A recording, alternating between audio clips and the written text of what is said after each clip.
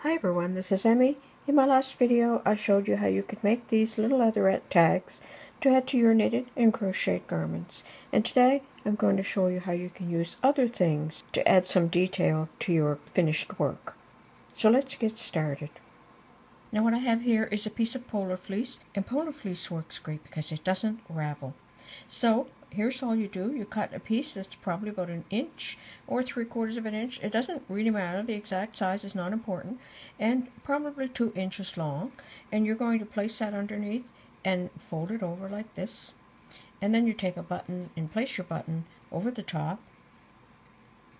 And then a needle and thread. And then you sew through the button and the 2 layers of whatever material you're using for your tag. And so that's polar fleece, and this one is also polar fleece. This is just a piece of denim, and you can wrap that around your item and sew a button over the top. These two are felt, and felt will also not ravel.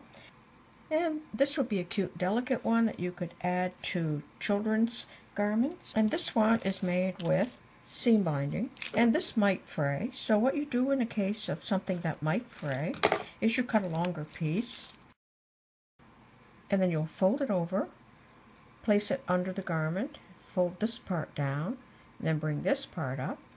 And for a young baby, you could just sew an X across here, or for someone where you don't have to worry about the buttons, you could sew a button over it. And there you go. There's another way to add a unique, distinguishing characteristic to your knitted and crocheted garments. I hope you found some of these useful. Thanks for watching. Bye for now.